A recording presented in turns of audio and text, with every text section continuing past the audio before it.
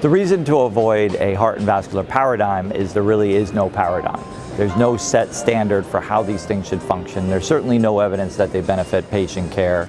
And really what they're set up as a trap, and it's a trap for the downstream financial revenue that's generated by cardiologists, interventional radiologists, CT surgeons, and vascular surgeons. And I think when we scale us to that size, we're going to fail. There are more cardiologists than we are. There is a higher marginal income on most of the CT procedures than we will generate. And so I think when we're put in that center, we're at a complete disadvantage as far as who is going to get those resources.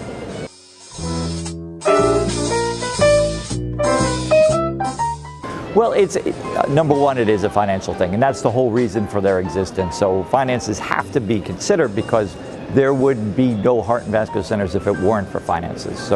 But when I look at that, it's not only financial resources, it's educational resources, it's operative resources, it's your equipment to do your procedures, it's time in the cath lab, time in the hybrid suite. You know, that's all going to be allocated through a heart and vascular center. The odds are, as a vascular surgeon, you're not going to be in charge.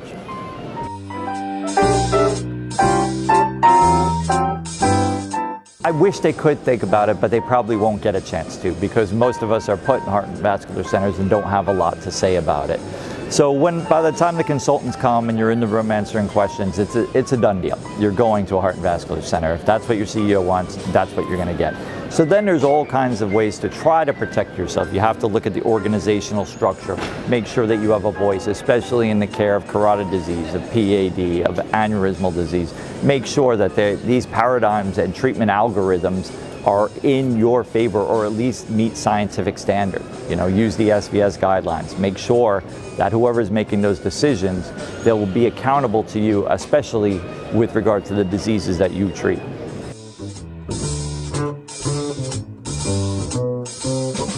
So the model that the vascular surgeon wants is vascular surgery standing on its own. And whether that means you're going to involve podiatry, plastic surgery, the people we actually work with every day. You know, we share very little in common with cardiologists other than the patients and the tests that we order. But as far as the diseases that we treat and the procedures that we do, I think we share a lot more in common with other things. So there are still opportunities to set up limb salvage centers, aortic centers, in conjunction on a disease-based basis, and I think that would probably be the smartest thing for us to do.